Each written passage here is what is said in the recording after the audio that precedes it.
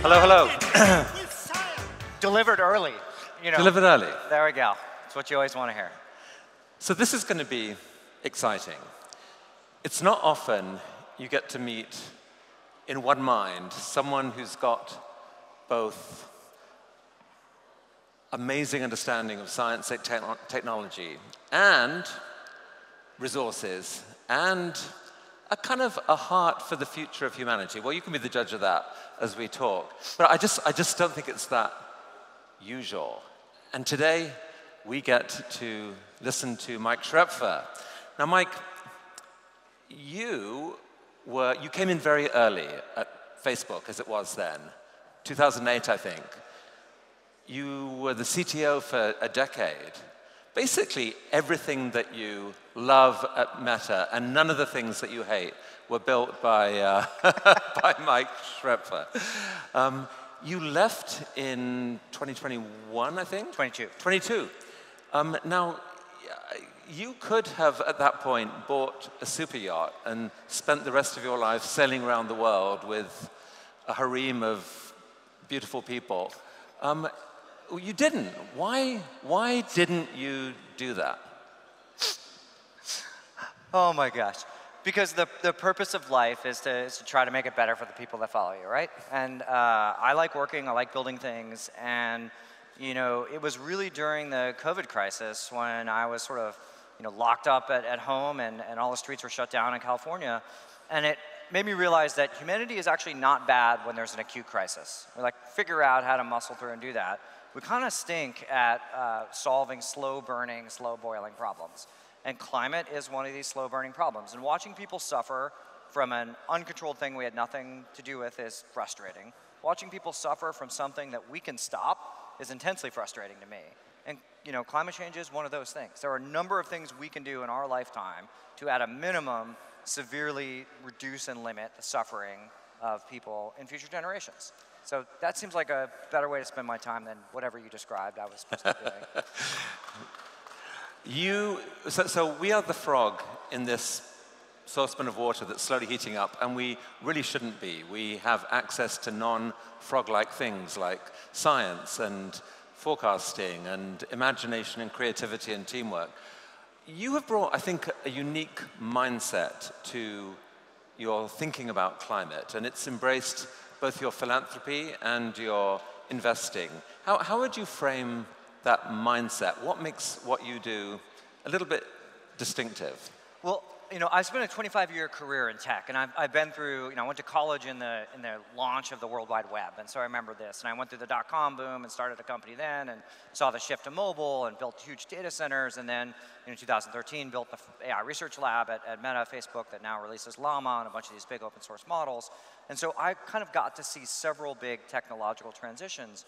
And my reading of history, particularly industrial history, is that technology is one of those things that turns either or questions into yes and, right? So many things in life are, can I do this or can I do that? Can we afford to fund this or afford to fund that? Technology is one of those things that just shows up and says, actually, we made it half as expensive. You can go ahead and do both. And we've done this with computing, with internet access, with a whole variety of other things. And we're seeing that transition in front of our very eyes in the climate world. Solar is one of the cheapest forms of energy generation out there. Batteries are on a massive cost decline. Introduced in the market in 1991, 98% cheaper than when they were introduced. What else in your lifetime gets, that much cheaper in 20, 30 years? And so you're seeing these massive cost downs, and they're hugely disruptive in a positive way to our world. They create amazing opportunities to give us energy abundance without the or part, the either or. It's the yes and. It's like, yeah, let's make everyone prosperous and energy rich. And a planet that we can live on. So, just as a side note, I love that view of life. So much of our current political misery comes from this zero-sum mindset of it's me or you. You win, I lose, I therefore hate you. And you fundamentally believe in, and have seen happen multiple times, a different mindset which says, wait a sec, we're human beings who are creative, and we can build things, and we can imagine a different way where we can all actually win and benefit. So let's stop the arguing and try and build something cool. Yeah. And you've done this your whole life. Yeah, let's go build. I think that's it. Let's go build. So when you look out at I mean, it's an incredibly daunting problem, climate. Like a lot of people have given up. They assume that we are doomed at some level. How do you think of just the problem overall? Yeah, so look, it is an overwhelming problem, and that's probably the number one thing that I've seen that stops people from doing anything about it. That's what stopped me from doing anything about it until I just got frustrated enough. That was sort of like, I gotta try, basically. And because it's so big and overwhelming. But the good news is, the flip side of that means that there's something for everyone to do. And so I think everyone goes on their own personal journey. For me, I was like, all right, let's do their skills, opportunities, analysis. And I'm good at technology, I'm good at building teams, I know how to build businesses. Let me figure out that angle into it. So I started as a philanthropist, giving to science and early stage, high risk things. And then that's when I sort of accidentally became an investor because I realized, I'm meeting all these entrepreneurs who are saying, look, we're on this cost down curve. Electrochemical production of ethylene, for example, a commodity chemical, most used molecule in the world.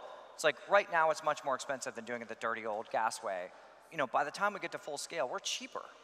We're cheaper than the gas way.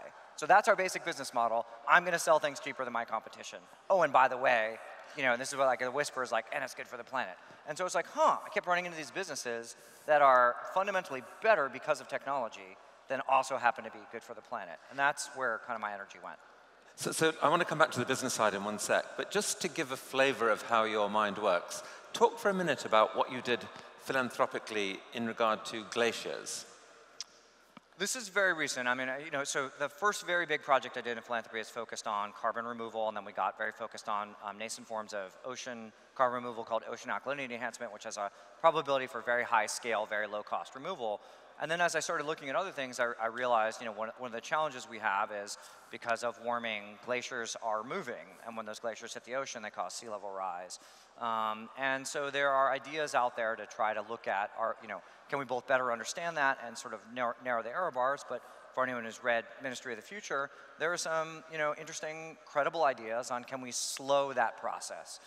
Because we're the bad news is we're up to 2 meters of sea level rise by 2100, somewhere between 0.2 and 2 meters. And that's the first problem, is we don't actually know. That's a huge range. 0.2 is bad, 2 meters is catastrophic. So can we understand that better and measure that? And then if we're on track for the worst form of this, are there ways to slow that down to give us some more time to adapt? So you've actually paid people to investigate whether by drilling into glaciers and sucking out the water at the base there, you could take away the lubrication that's allowing them to slide. That's one of the ideas, yeah. And these ideas sound out there, but then you start digging into them and you realize, oh, hey, we've got this glacier in Greenland and it's already got a borehole and it's really well instrumented.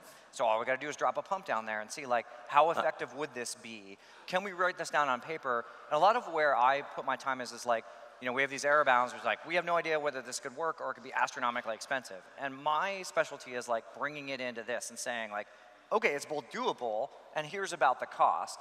Now we can decide how we're going to pay for it and whether society is going to do it. And so my philanthropy is really organized towards like looking at these problems and trying to narrow our error bars so that we have more tools in the toolbox as we need them. Well, speaking personally, I'm very excited to learn that there are people out there who are spending their resources trying to figure out how to not have the world's glaciers slide into the sea and drown our grandchildren. It's great. It's really interesting. And now I want to know how that mind thinks about business, because you said something there. I mean, I think we all understand, we've heard these words time and again this week, I think, speed and scale. Yeah. Like, if we're to solve this problem, it's going to take speed and scale. And the best way to achieve those things is through businesses that are self-funding, because they have found a way to make profits out of doing something that's good for the planet. The first round of climate investments done, say, 15, 20 years ago, are often regarded as struggling to find those business models. Has something changed now? Why are you confident that there exist businesses out there where it is now possible to imagine a company that can scale spectacularly and play a meaningful part in solving this problem? Yeah, so I mean, when starting a business, timing is everything. So my very first startup in 2000 happened right after the dot-com crash, and we bought a bunch of used equipment from a company called Webvan, which probably most people have never heard of. And that company was trying to deliver groceries, online. So I'd go on a website and order groceries, and they deliver them to my house. Sounds very familiar. That business is called Instacart. Now it's a multi-billion-dollar public company. It's a good idea in the 2020s when everyone had smartphones and the economics were there to have you do it. It was a pretty too early idea in 2000. And so I think a lot of these ideas, either the market wasn't ready or the technology wasn't ready or some combination thereof. We just had Meta on stage here talking about offtake agreements. One of our portfolio companies just announced this week that they just signed a massive deal with Microsoft for a $5 million power generation plus 25,000 tons of carbon sequestration. This is Arbor, a bioenergy, next generation clean bioenergy plant. So you've got customers there. And then you've got not just technological breakthroughs, but actually the know-how. A lot of our companies are founded by ex-SpaceX, ex-Tesla, people who have built things from the ground up and are not afraid to start again and look at a problem and get there. And so those two things make me really excited. And that's part of why I got into this, is these massive disruptions, whether it's batteries, LED, electrolysis, our ability to 3D print. When I went to Arbor Energy, a lot of their parts, they're like, we're doing these very supercritical CO2, these very complicated things. We can't actually model them in software. So what we do is we build 6 different versions, 3D print, and we run them all through the process and figure out which one works. You couldn't do that 10 years ago. We didn't actually have the core technology to do that. They would have burned through all their money trying a bunch of different prototypes that were hand-milled. So we just have all these foundational technologies that allow us to get there faster. And maybe there's another thing as well, which is just because there's much more consensus now in government, in business, and among the general population that we really do need to solve this problem. It's led to some favorable trailing winds on things like the IRA bill that passed, and in many parts of the world there are regulations that are really forcing companies to get their act together or trouble. That helps as well, right, when you pick some of these business models? These are tailwinds, and I think consumers care about this, but I think we got to be very careful. At the end of the day, I think you have a bootstrapping period. This is classic venture investor. I put some money into a business. At some point, I want that business to be self-sustaining, which means it's cheaper, better, faster. People are buying the product because they love it, because it saves them money or it makes them money. And that it has to be as simple as that. And once we find, and I think there are more businesses than I have time to invest in and support that fit that mold, surprising amount, out there that will get escape velocity and will really start to change the way the world operates. So let's talk a bit about geothermal. Yeah. I mean, I'm applying this mindset. I mean, if geothermal is going to play a critical role in saving the future, presumably then it has to be because geothermal companies find the business models to do what they do profitably and to then find the mechanisms to really scale. Do you see that as a possibility? How do you think of geothermal? I mean, this is the easiest business model on the planet, Chris. I sell electrons to people who want to buy them. And everyone's freaking out about the power demand that's happening in the United States through AI and data centers and onshoring manufacturing. This is the best freaking news we've gotten in a really long time. I think people are looking at this completely backwards. The best news is the AI demand. The demand. Yeah.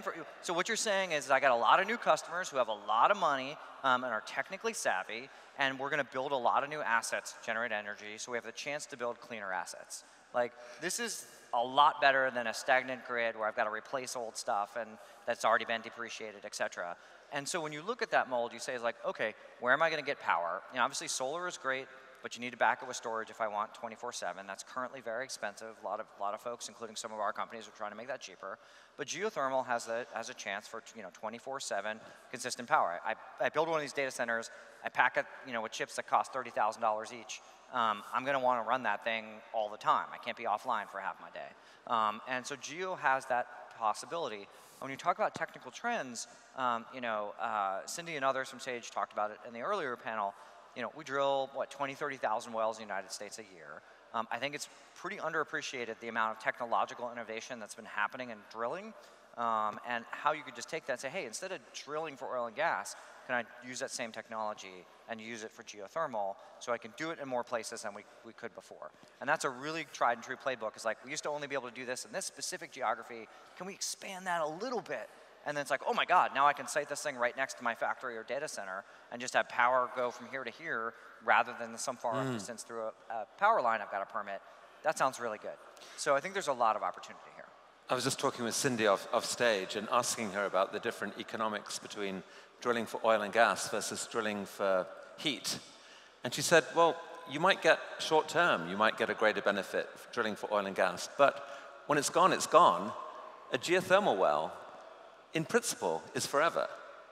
You know, that's what they're designing. There's an infinite amount of heat down there, just a few miles under our feet, and it's kind of everywhere. So you unlock a few of those technical barriers, and you are building something for the long term. But so I want to pick up on this AI thing because it's really interesting. Yeah. I mean, classically, the problem that a lot of energy, climate startups generally have run into is how do you get to scale? You can't get to scale until you've built your first wells or factories or whatever it is. But those first ones are expensive. You can't get any infrastructure funding for them because they're still perceived as risky.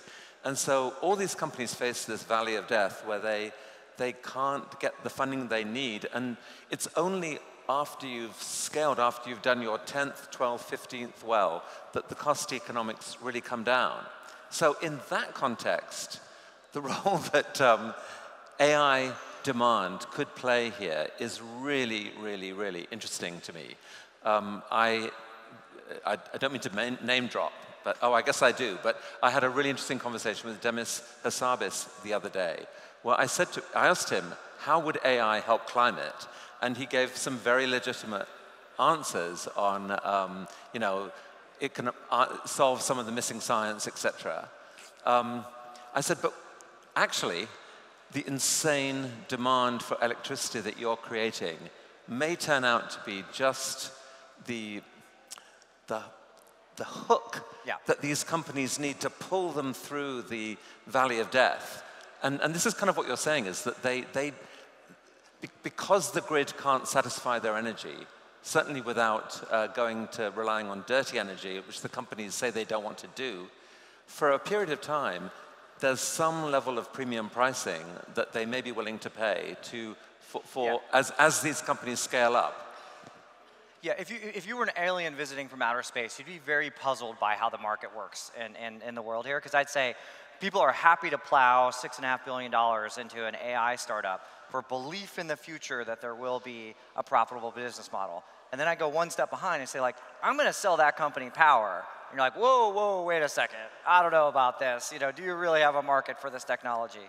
And so I do think that the scale of again, customer demand. If I'm trying to get a company going, first question is who's going to buy your product, and for how much, and for how long?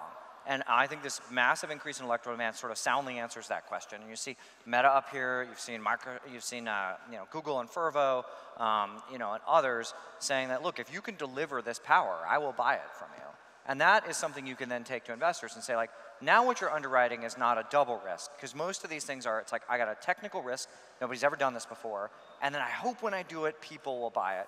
You remove the market risk, say, they'll buy it. Now the only thing you're underwriting is my technical risk. And yeah, that is challenging, but that's where people like me and lots of other folks can then go deep on the technology and say, all right, like, I think you got a better than odds chance of making this work, so let's go for it.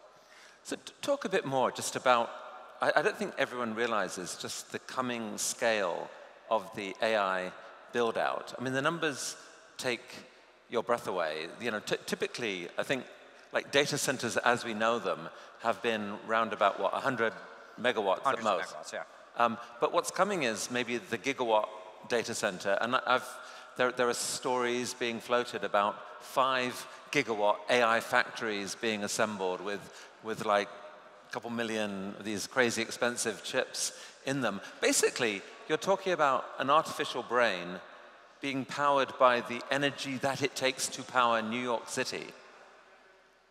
I mean, that is a new industrial age where we are building, instead of building the stuff that we usually build, we're building giant brains to hopefully be not just smarter than us, but wiser than us, and create just an unbelievable future. How do you see it? Is that, I mean, there's obviously an element of hype in this. How how do you think things will play out in terms of that Yeah. AI electricity growth? So I think that my experience in all of these ups and downs is that people are massively overestimating the near term.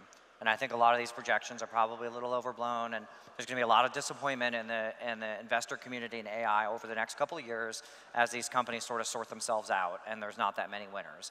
And we're sort of dramatically underestimating the impact in the longer run. So when you look a decade or two out, if you sort of zoom out in industrial history, we harnessed power to replace muscles. Like 300 years ago, we didn't do a thing on Earth that wasn't powered by a muscle, generally speaking, minus some like water wheels, which are fairly minor. And then we've replaced almost all of that with electricity and with fossil fuel sources. And now we're in the next step of that, which is, what is a human? I can move things in the physical world and I have a brain. I can think, I have intelligence. And we're kind of moving into a world where we can augment human intelligence with an artificial one. So I think of it as like, would every human on Earth, with 8-10 billion people, have some computation reserved for them 24/7 to help them with any task that required any intelligence? Yeah. Like, I think we're going to have that in 10 or 20 or 30 years. And that's going to require a tremendous amount of energy. But like, if we can produce that clean energy, it's this like force multiplier effect to make everyone more effective, happier beings. I mean, I guess for the people, the environmentalists who feel furious with the tech companies for the amount of electricity they're doing, and the fear obviously is that it's going to take us longer to get off fossil fuels because of all this need for all this electricity. The counter-argument would be it's by scaling up like this, this is what will allow us to scale up clean energy and eventually get to a world of very abundant, very low-cost energy that can solve most of the other problems that we face in terms of developing this planet. I mean, you said it yourself, as we scale up these geothermal wells as an example, as you get to not 1, but 6 or 10 or 12 or 20, you move it out of the realm of venture capital and into basic economics. Like, am I able to deliver a project on time, on budget, and produce electricity at a competitive price? That's where we are with solar. People are deploying solar these days, not because they love the environment, but because it's like a good business to do it. And the more we like right shift these technologies into like, actually this is the better way to do it, the like faster that future is going to come in. And so it does require a little bit of foresight. It does require the Microsofts and the Metas and the Googles of the world to pull forward some of these technologies. But that sort of early deployment is what's going to then start the flywheel going that then hopefully is unstoppable. Have you had a chance to look out at the landscape of some of the geothermal technologies and companies that are out there? Are there any things that you've noticed that excite you or challenge you or that you think actually could turn out to be problematic? Well, I'm sort of, again, a yes and person. I don't like try to pick the one thing that's going to win, because I don't think that's generally how the world works. I mean, you heard from Cindy here on stage, who's using traditional oil and gas techniques to build enhanced geothermal to produce wells very quickly in a day rather than months. You've got other folks, I think XGS is here, who has a thermally insulated jacket, which improves technology. You've got Joss is here from Bedrock, and they're using coiled drilling technology to speed up drilling for using it for HVAC technology or HVAC applications. These are all sort of taking something we understand from something else and applying it to this field. And then you've got, not here today, but Carlos from Quays, who's trying to do microwave-based drilling to say, hey, if we can get really deep, then we can make hot geothermal anywhere you go. And so, I think this is some combination of new technology or applying technology from one industry to another, and basically saying, can we drill faster, cheaper, and in more locations? And that fundamentally alters the economics and availability of geothermal. And I think that that's what makes it very interesting. So if there are entrepreneurs in the room who are working on one of these companies or initiatives, and let's say they're struggling to get funding, they think they have something special, but they are facing this valley of death sort of funding challenge, what advice would you give them? I mean, look, first of all, a lot of empathy.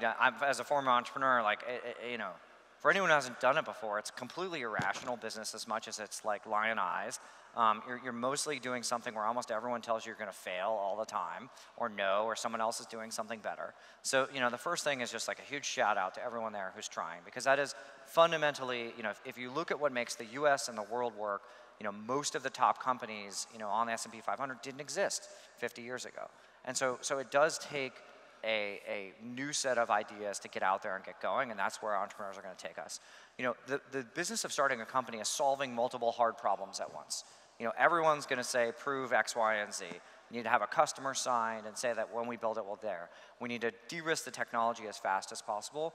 And on that, I'd say that the biggest mistake I see people make, and it's a really understandable human mistake, I've certainly done it, is you've got all these problems you got to solve, and every human wants to make progress. I want to end my day and say I did something, right? So if you've ever had a bad day and you're like, I'm going to go clean out the garage, or go clean my desk, or clean out my inbox, because that is task is completed, I feel good about it.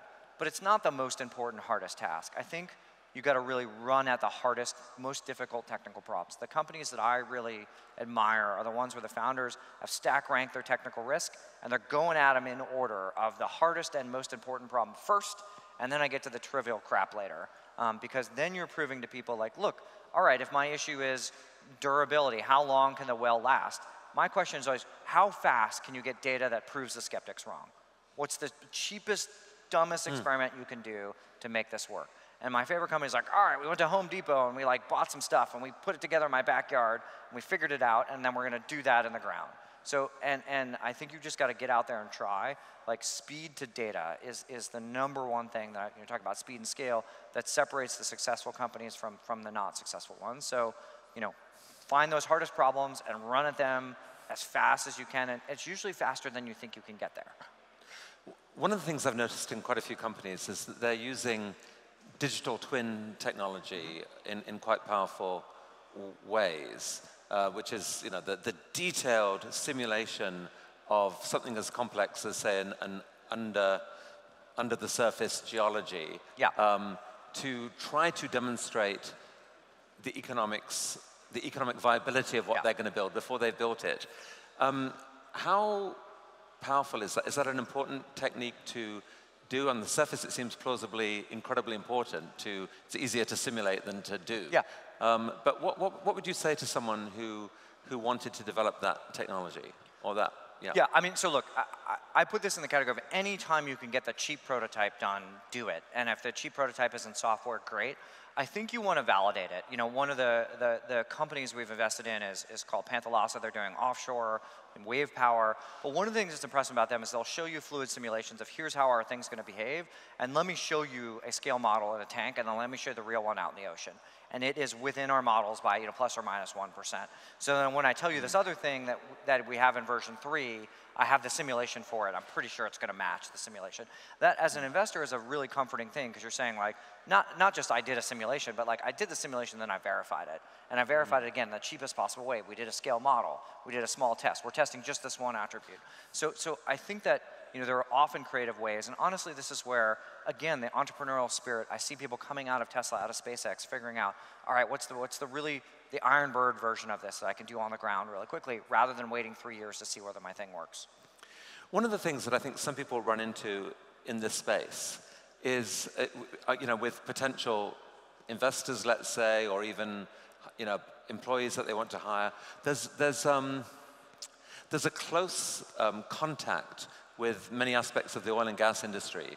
And there's a lot of people in the environmental movement who traditionally have felt sort of viscerally opposed to anything of that. It's almost like that they're so disgusted at the contribution that fossil fuels have made to the problem that we all face, and believe that the fossil fuel companies are fundamentally greenwashing, evil things that, give me nothing to do with that. Others take a more pragmatic approach and say, look, if we're going to solve this problem, actually, this is where the tools are. This is where the resources are. Potentially, this is where a giant transition lies, where you could imagine, as Jamie Beard has so eloquently argued, that the persuading large sections of the oil and gas industry to make this move to drilling for heat instead of drilling for oil. How do you think about righteousness versus pragmatism? Okay, I think there's 3 things there, and one of them is definitely going to get me in trouble, but we'll go with it anyway, keep this interesting. I think, so 2 things can be true at the same time. One is I think people try to moralize companies. They're relatively rational actors.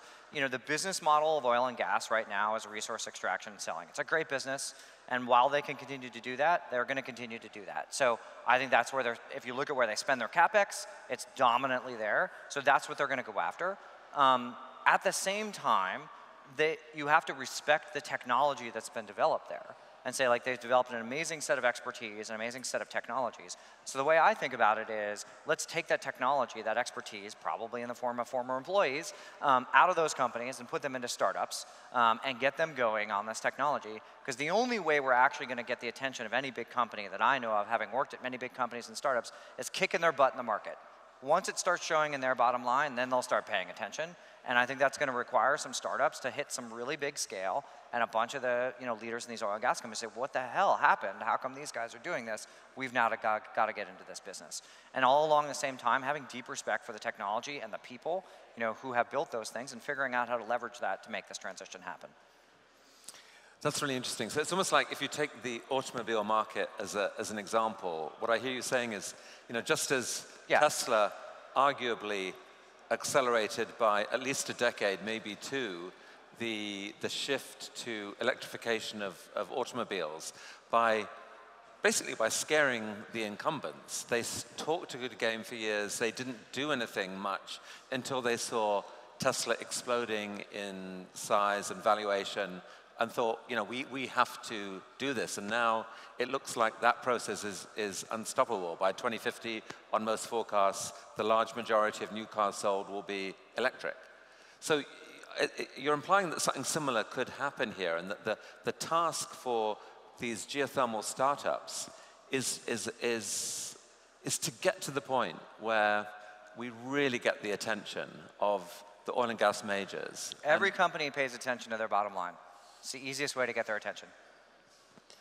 And what next? Like, is there a risk that some of these companies get bought up and then basically shut down so that the inconvenience has gone away? How do we think about managing the transition that will actually be collaborative and will result in a genuine actual production shift from oil and gas to geothermal? I mean, in the technology world, every time we had a platform shift, when you went from chips to OSs and went from OSs to the web and web to mobile, you typically had a brand new set of companies come in and become very large, independent operating public companies.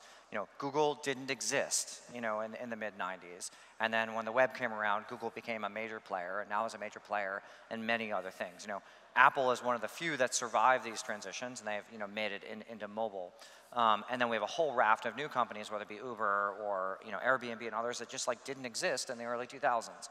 And so it is an inconceivable future. In order to be successful in climate tech, we are going to have multiple multi-decacorns out there in the public markets as independent entities, building business models, generating power, delivering it, changing the way we transport things, the food system, industrials, and many others. It is required for this transition to happen. Whenever you see new technology, the big incumbents are slow, and it's the new startups that are going to go ahead and take over and drive the industry forward. In our last minute and 40 seconds, I'd love you to say two things. One, to the entrepreneurs in this room, or the people who are in part of this startup community that I think is so exciting. What's your sharpest advice to them? And then to investors in this room, who are the heroic, visionary people who will make these dreams come true. What would you say to them? I would invert your heroes. As an investor, I'd say the entrepreneurs are the heroes. They're both heroes. Look, I think for everyone, it was 24 years ago, Chris, and I remember fundraising in Series A from my startup, and I remember all the people said no, and you're not going to work, and I would go home at the end of the day. I was like, why the hell am I going to keep going tomorrow? And the reason I was going to keep going is there was this problem in the world. I thought I had a unique solution to it, and I thought that solution had some value. And so I think for every entrepreneur out there, you got to be very crisp on here it is, here's what we're doing in the world, and why we're the best in the world at doing it. And I'm just going to hold on to that, and I'm going to drive that forward, especially when everyone tells me no. And I think for investors, I think you got to dig in with these companies.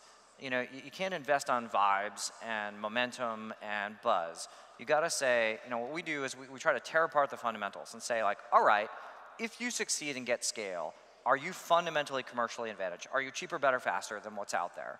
If the answer is no, then we're not interested. If the answer is yes, now you have the next question. It's like, are you going to get there? Are you the right team? Are you the right technological approach?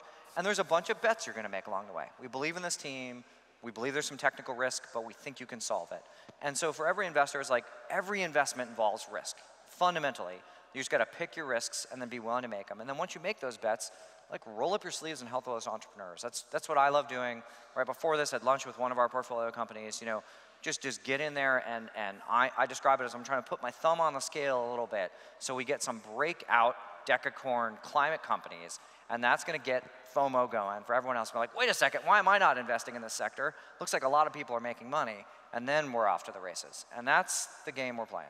Well, that is beautiful advice. And if that happens, this thing is going to happen. This geothermal revolution is going to happen.